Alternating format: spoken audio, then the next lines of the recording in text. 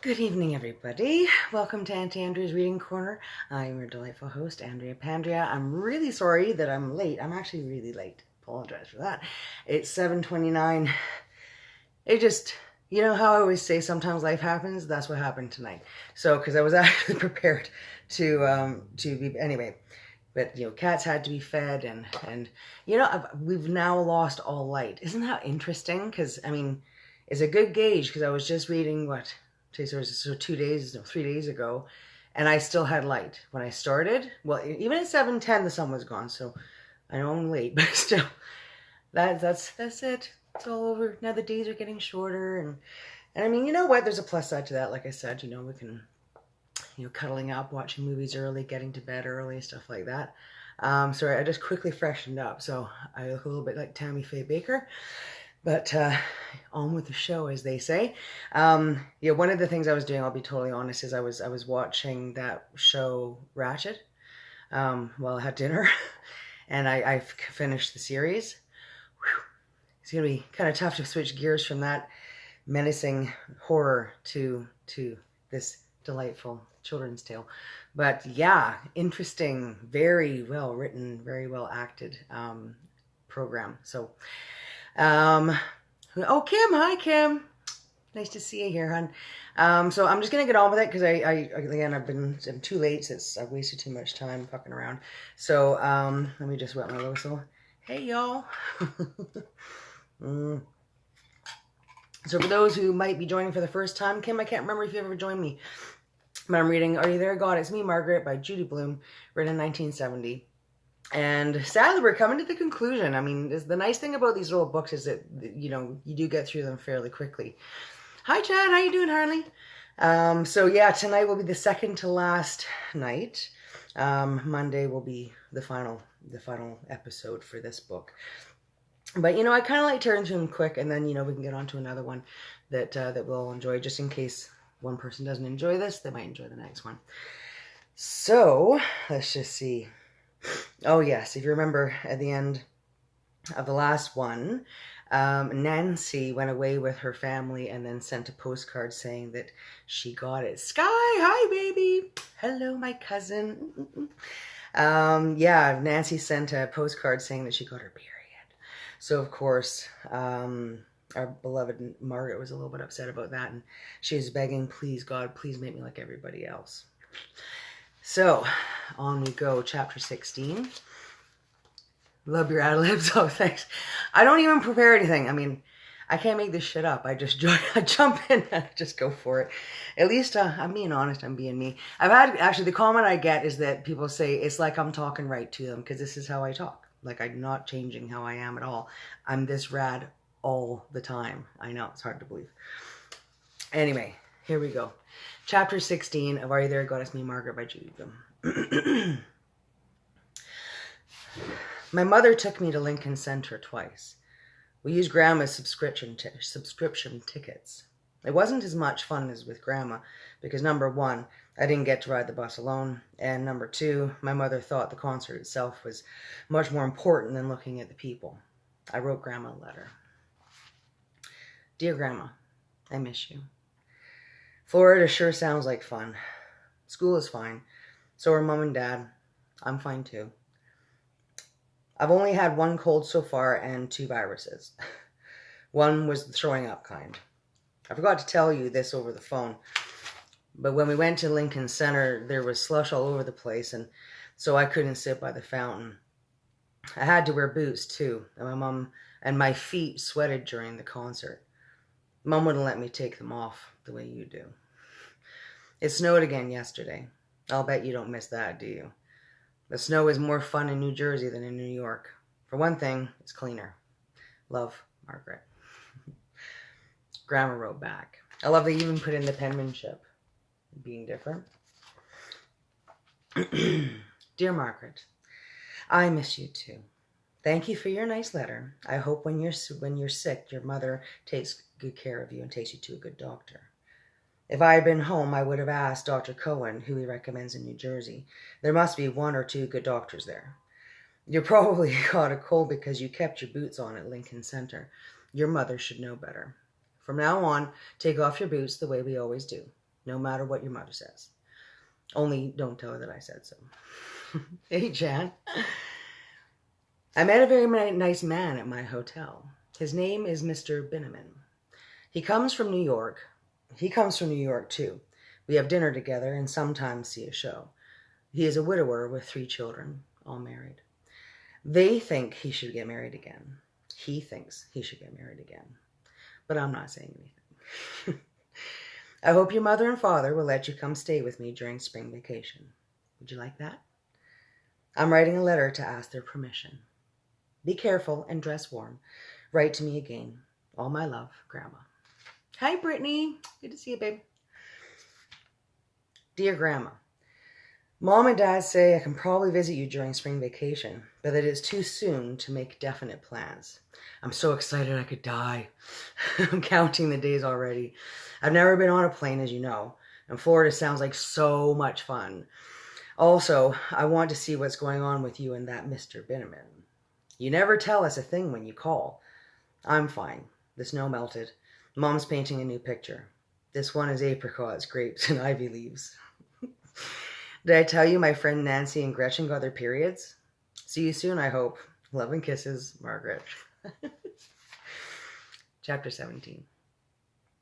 On the first Sunday in March, Nancy invited me to spend the day in New York with her and her family. Evan brought Moose. It was pretty exciting riding all the way to the city with Moose freed in the same car, except the Wheelers used their station wagon. The boys sat in the back and Nancy and I were in the middle, so if I wanted to see Moose, I had to turn around, and if I ride looking backwards like that, I get car sick. We went to Radio City Music Hall. Grandma used to take me there when I was little. My parents always say it's strictly for tourists.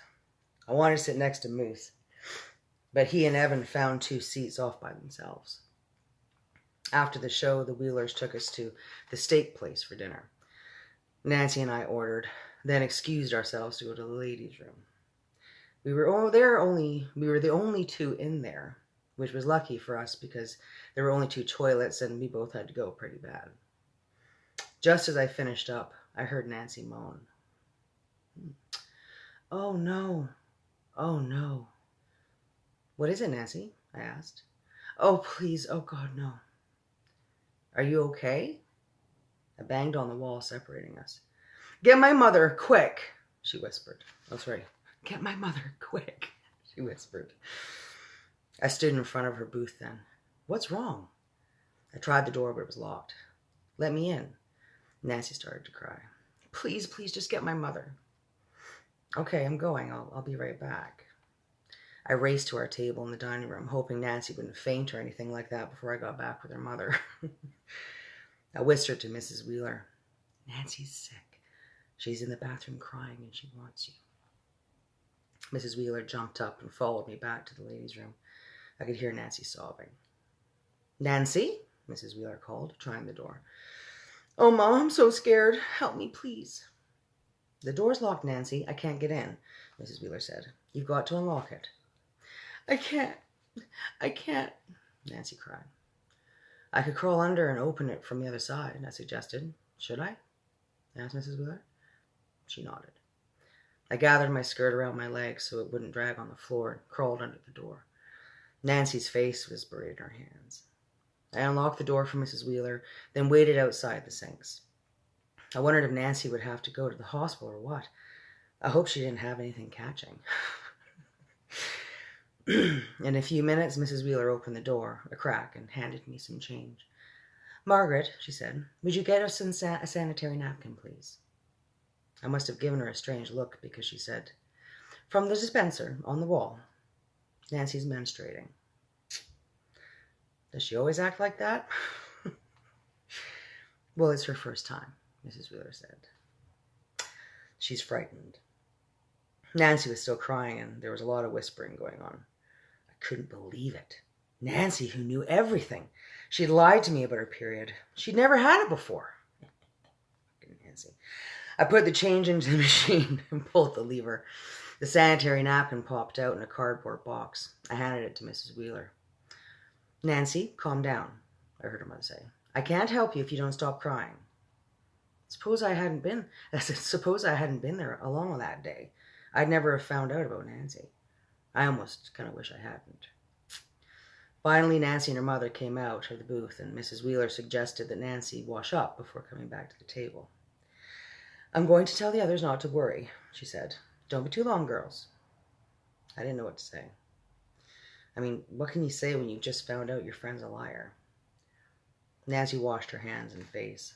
I handed her 2 paper towels to dry herself. You okay? I asked. I felt kind of sorry for Nancy then. I wanted my period too, but not enough to lie about it. Nancy faced me. Margaret, please don't tell. Oh, Nancy. I mean it. I'd die if the others knew. Promise you won't tell about me, she begged. Yeah, okay, I won't. I thought I had it that time. You know, I didn't make it up. It was just a mistake. Okay, I said. So you won't tell? I said I wouldn't. We walked back to the table and joined the others for dinner. Our steaks were just being served. I sat next to Moose. He smelled very nice. I wondered if he shaved because the smell reminded me of my father's aftershave lotion. Hi, Megan. Hey, Gary. Good to see you guys. Thanks for joining us. I got to touch his hand a couple of times because he was a lefty and I'm a righty, so now and then we'd bump. He said he always had that trouble at round tables. He was definitely number 1 in my boy book, even if nobody knew it but me. I could only finish half my steak. The Wheelers took the other half home in a doggy bag. I knew they didn't have a dog, but naturally, I didn't tell anybody. Hey there, God. It's me, Margaret. Nancy Wheeler is a big fake. She makes up stories. I'll never be able to trust her again. I'll wait to find out from you if I am normal or not. If you would like to give me a sign, that's fine. If not, I'll just try to be patient. All I ask is that I don't get it in school, because if I had to tell Mr. Benedict, I know I would die. Thank you, God. Chapter 18. On March 8th, I was 12 years old. Sorry, hang on a sec. Hey, y'all. Nice. Okay. On March 18th, I was 12 years old. The first thing I did was sniff under my arms, the way my mother does. Nothing. I didn't smell a thing. Still, now that I was 12, I decided I'd better use deodorant just in case. I went into my parents' bathroom and reached for my mother's roll-on. When I got dressed, I went down to the kitchen for breakfast. Happy birthday, Margaret, my mother sang, bending over to kiss me while I was drinking my orange juice. Thanks, Mom, I said. I used your deodorant. My mother laughed. You don't have to use mine. I'll get you your own. You will? I asked. Sure, if you want to use it regularly. Well, I think I'd better. You know, I'm 12 now, you know. I know. My mother smiled at me while she cut some banana onto my cereal. I remember my mom used to do that. Grandma sent me a $100 savings bond, as she does every year. Plus 3 new sweaters with "Made Expressly for You" by Grandma labels in them. A new bathing suit and an airline ticket to Florida. Round trip, leaving from Newark Airport at noon on April 4th. Man, was I excited. In school, Mr. Benedict shook my hand and wished me a lot of good luck in the coming year. He led the class in singing happy birthday to me. Nancy, Janie, and Gretchen chipped in and bought me the new Mice Men record album. They gave it to me at lunch. Nancy mailed me a separate birthday card signed, "A million thanks to the best friend a girl could ever have." I guess she was still scared I'd give away her secret. That afternoon, Mr. Benedict announced that for the next 3 weeks, a part of each school day would be devoted to committee work. We were going to do projects on different countries. Janie, Nancy, Gretchen, and I gave each other looks, saying we'd work together, of course. But that sneaky Miles J. Benedict, he said that since he wanted us to work with people we hadn't worked with before, he had made up the committees already. Well, that's a first-year teacher for you. My eyes. Didn't he know that was a bad idea? Didn't he know that he was supposed to let us form our own committees? Teachers never come right out and say they picked who you should be working with. It's bad enough that they fool you a lot by pretending to let you choose a subject when they know all along what you're going to do. But this was ridiculous. I guess Mr. Benedict didn't think it was ridiculous because he was already reading out names of committees. Each group had 4 kids in it, 2 boys and 2 girls, with one group left over that had 3 girls. I really couldn't believe it when he read my group. Norman Fishbein, Philip Leroy, and Laura Danker, and me. I glanced sideways at Janie. She rolled her eyes at me. I raised my eyebrow back at her. Mr. Benedict asked us to rearrange our desks into our groups. I was going to have to talk to Laura Danker. God, there would be no way of getting around it. I was also going to be spending a lot of time with Philip Leroy, which was actually pretty exciting to think about. First thing Philip did after we moved our desks together was sing to me. Happy birthday to you. You live in a zoo. You look like a monkey and you smell like one too. Fucking retard. And then he pinched me on the arm really hard, enough to make tears come to my eyes. He said, "That's a pinch to grow an inch, and you know where you need that inch." I knew it was just a joke. I knew I shouldn't take it seriously. For one thing, I did not smell like a monkey. I was wearing deodorant, for God's sake. And for the other thing, it was none of Philip Leroy's business whether or not I needed to grow an inch anywhere. As far as I was concerned, Nancy could have them. They deserve each other. Good call. To make matters worse, I had to sit facing Laura Danker. I hated her. I hated her for being so big and beautiful and having all the boys stare at her, including Mr. Benedict. Also, I hated her because she knew she was normal and I didn't know a thing about me. I hated Mr. Benedict, too, for sticking me with Norman Fishbein. Norman was such a drip. All in all, my birthday, which started out to be the most perfect day of my life, ended up being pretty rotten. I couldn't wait for spring vacation to come.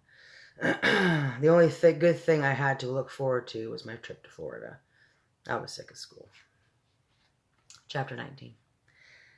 At home, my mother said she'd never seen me in such a bad mood. The mood lasted the whole 3 weeks of that dumb committee project. To top off everything else, our group voted 3-1 to report on Belgium. I wanted a more exciting country like France or Spain, but I lost. So I ate, breathed, and slept Belgium for 3 weeks. Philip Leroy was a lousy worker. I found that out right away. All he did was fool around. During project time, while Laura and Norman and I were busy looking things up in reference books, Philip was busy drawing funny faces in his notebook. On 2 days, he snuck comic books into his notebook and read them instead. Norman Fishbein tried hard, but he was so slow. And I couldn't stand the way he read with his lips moving. Laura, well, she was a good worker. But of course, I never told her that I thought so. During the 3rd week of Project Belgium, Laura and I got permission to stay after school and work in the library. We needed more time with the encyclopedias. My mother was going to pick me up in front of the school at 4:30. Laura was going to walk from school to church because she had to go to confession. Now that really started me thinking. For one thing, I never knew she was Catholic. For another, I wondered what she said in confession. I mean, did she talk about what she did with the boys? And if she did, what did the priest say to her? Did she go to confession every time she did something bad? Or did she save it all up and go like once a month? I was so busy thinking about Laura and the confessional that I nearly forgot all about Belgium. And probably I never would have said anything at all if it hadn't been for Laura. She picked on me. She picked on me first, so she was really to blame for the whole thing. You're copying You're copying that straight out of the World Book word for word, she whispered to me. So? Well, you can't do that, she explained. You're supposed to read it and then write about it in your own words. Mr. Benedict will know if you've copied. Normally, I don't copy word for word. I know the rules as well as Laura. But I was busy thinking about other things, and anyway, who did Laura think she was, giving me orders like that? Big shot.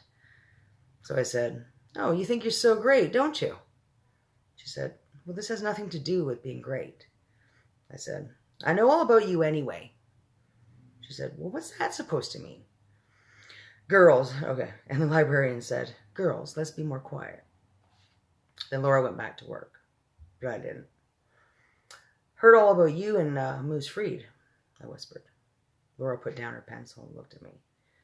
You heard what about me and Moose Freed? Oh, you know, about you and Evan and Moose going behind the A&P. What would I do that for? Laura asked. She was really thick. I don't know what you do it for, but I know why they do it. They do it so they can feel you or something, and you let them. She shut the encyclopedia hard and stood up. Her face was burning red, and I saw a blue vein stick out in her neck. You filthy liar! You little pig! Nobody ever called me such names in my whole life. Laura scooped up her books and her coat and ran out of the library. I grabbed my things and followed her. I was being really awful. I hadn't been planning it. I sounded like Nancy. That's when it hit me that for all I knew, Nancy made up that whole story about Laura. Or maybe Moose and Evan made it up just to brag. Yes, I bet they did. Moose was a big liar too. Hey, Laura, wait up, I said. She walked fast, probably because her legs were so long. I chased her. When I finally caught up to her, I could hardly breathe. Laura kept walking and wouldn't look at me. I didn't blame her. I walked alongside her. I took 4 steps to every 2 of hers. Look, I told her, I'm not saying it's wrong to do those things. I think it's disgusting that you all pick on me because I'm big, Laura said, sniffling. I wanted to tell her to blow her nose. I didn't mean to insult you, I said. You're the one who started it. Me? That's a good one. You think it's such a great, you think it's so great you think it's such a great game to make fun of me, don't you? No, I said. Don't you think I know all about you and your friends? Do you think it's any fun to be the biggest kid in class? I don't know, I said. I never thought about it. Well, try thinking about it. Think about how you'd feel if you had to wear a bra in 4th grade and how everybody laughed and how you always had to cross your arms in front of you and about how the boys called you dirty names just because of how you looked. I thought about it. I'm sorry, Laura, I said. Oh, I'll bet. No, I really am. If you want to know the truth, well, I wish I looked more like you than me. I would gladly trade places with you. Now, I'm going to confession. She walked off, mumbling something about how the wrong ones always confessed. And I thought, maybe she's right. Maybe I was the one who should confess. I followed Laura to her church. It was only 2 blocks from school. I still had half an hour before my mother was due. I crossed the street and hid behind a bush, watching Laura climb the steps and disappear into the church. Then I crossed back to the other side of the street and ran up to the brick steps. I held open the front door and looked inside. I didn't see Laura. I stepped into the church and tiptoed up the aisle. It was so quiet. I wondered what would happen if I decided to scream. Of course, I knew I wouldn't, but I couldn't help wondering about how a scream would sound in there. I was really hot in the heavy coat, but I didn't take it off. After a while, I saw Laura come out of a door, and I crouched down behind a row of seats so she wouldn't see me. She never even glanced my way. I thought it didn't take her very long to confess. I felt weird. My legs were getting weak.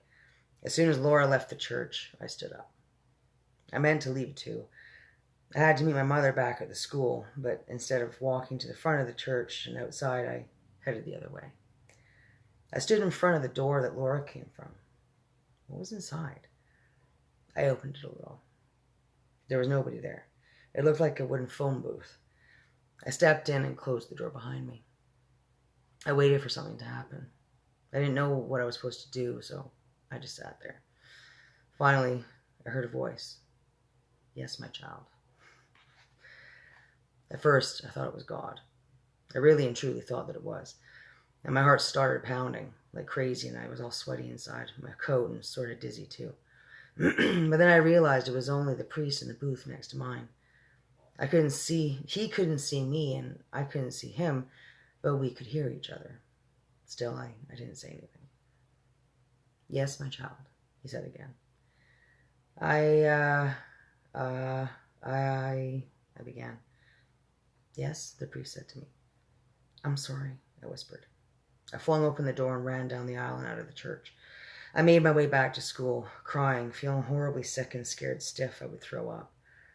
Then I saw my mother waiting in the car, and I got in the back and explained I was feeling terrible. I stretched out on the seat. My mother drove home, and I didn't have to tell her any of the awful things that I'd done because she thought I was sick for real. Later that night, she brought a bowl of soup to my room, and she sat on the edge of my bed while I ate it. She said I must have had a virus or something, and she was glad I was feeling better, but I didn't have to go to school tomorrow if I didn't feel like it. Then she turned out the light and kissed me goodnight. Are you there, God? It's me, Margaret. I did an awful thing today. Just awful. I'm definitely the most horrible person who ever lived, and I really don't deserve anything good to happen to me. I picked on Laura Danker. Just because I felt mean, I took it all out on her. I really hurt Laura's feelings. Why did you let me do that? I've been looking for you, God. I looked in the temple. I looked in the church. And today I looked for you when I wanted to confess, but you weren't there. I didn't feel you at all. Not the way I do when I talk to you at night. Why, God? Why do I only feel you when I'm alone? Chapter 20. Sorry, my voice is a bit raw. Just tired. It was a long day.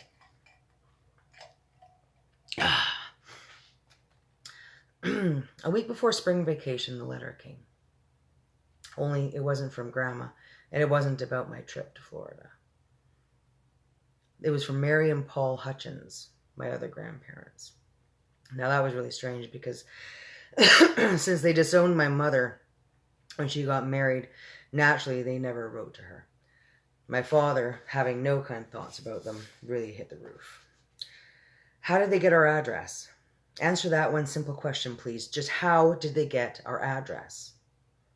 My mother practically whispered her answer. I sent them a Christmas card. That's how. My father hollered. I can't believe you, Barbara. After 14 years, you sent them a Christmas card? I was feeling sentimental, so I sent a card. I didn't write anything on it, just our names.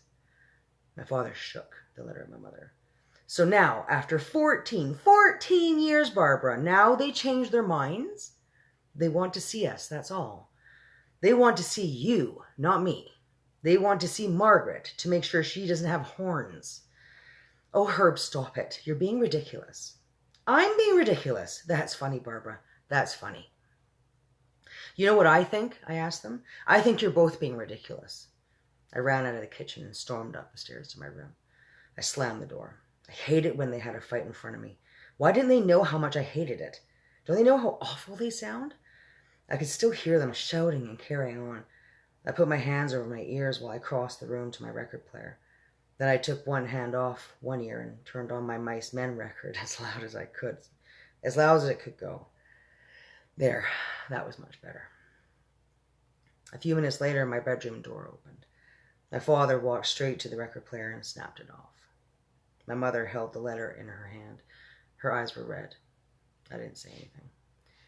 My father paced up and down. Margaret, he finally said, this concerns you.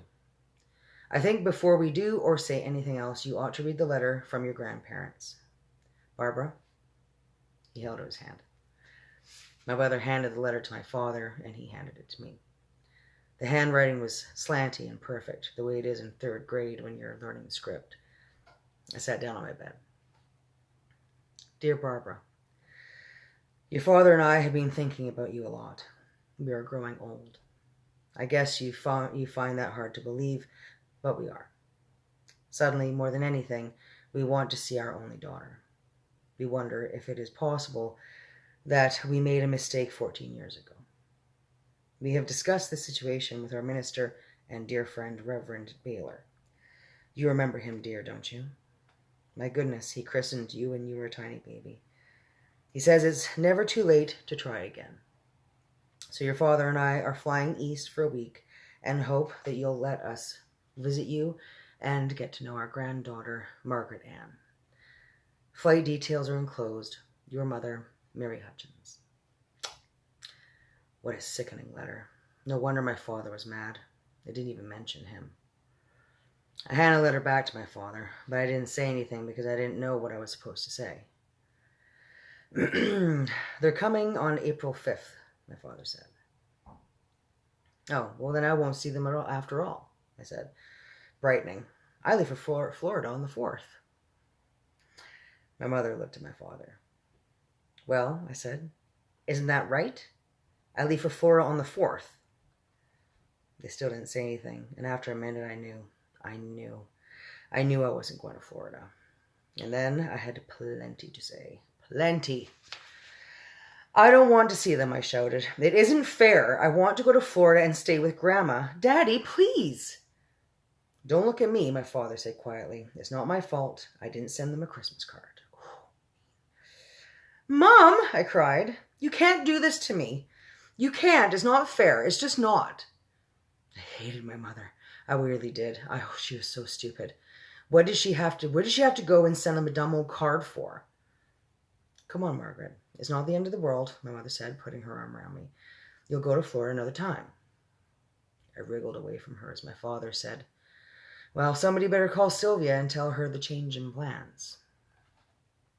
I'll put the call through and Margaret can tell her now, my mother said. Oh, no, I shouted. You tell her. That's not my idea. All right, my mother said quietly. All right, I will. Followed my parents into their bedroom. My mother picked up the phone and placed a person-to-person call to Grandma at her hotel. After a few minutes, she said, Hello, Sylvia. It's Barbara. No, nothing's wrong. Everything's fine. Yes, really. Of course, I'm sure. Well, it's just that Margaret won't be able to visit you after all. Well, yes, of course she's here. Well, she's standing right next to me. Yes, you can talk to her. My mother held the phone out toward me, but I shook my head and refused to take it. So she covered the mouthpiece and whispered, Grandma thinks you're sick. You've got to tell her that you're all right. I took the phone. Grandma, I said, it's Margaret. I heard Grandma catch her breath. No, nothing's wrong, Grandma. No, I'm not sick. Nobody's sick. Of course, I'm sure. But I do want to come, Grandma. I just can't. I felt the tears in my eyes. My throat hurt when I swallowed. My mother motioned for me to tell Grandma the rest of the story. I can't come to Florida because we're having company that week. Now my voice sounded very high and squeaky. My other grandparents, I said. You know, Mum's mother and father. Nobody invited them exactly, but Mum sent them a Christmas card with our new address, and now we got a letter saying they're coming and they want to see me. Well, I know you want to see me too, and I want to see I want to see you, but Mum won't let me. And well, then I just started to cry for real, and my mother took the phone. We're all sorry, Sylvia. It's just one of those things. Margaret understands, and I hope that you do too. Thank you, Sylvia. I knew you would. Yes, Herb's fine. I'll put him on. Just a minute. I ran upstairs while my father said, Hello, Mother. Are you there, God? It's me, Margaret. Oh, I'm so miserable. Everything is wrong. Everything is wrong. Absolutely everything. I guess this is my punishment for being a horrible person. I guess you think it's only fair for me to suffer after what I did to Laura. Isn't that right, God? But I've always tried to do what you wanted. Really, I have. Please don't let them come, God. Make something happen so I can go to Florida anyway. Please, please, please. I'm going to stop there. Hey, Kim. Nice to see you. Okay, guys. Yeah, no, I'm going to stop there. That's chapter 21. And I'll finish it on Monday. Yeah, I definitely will finish it on Monday.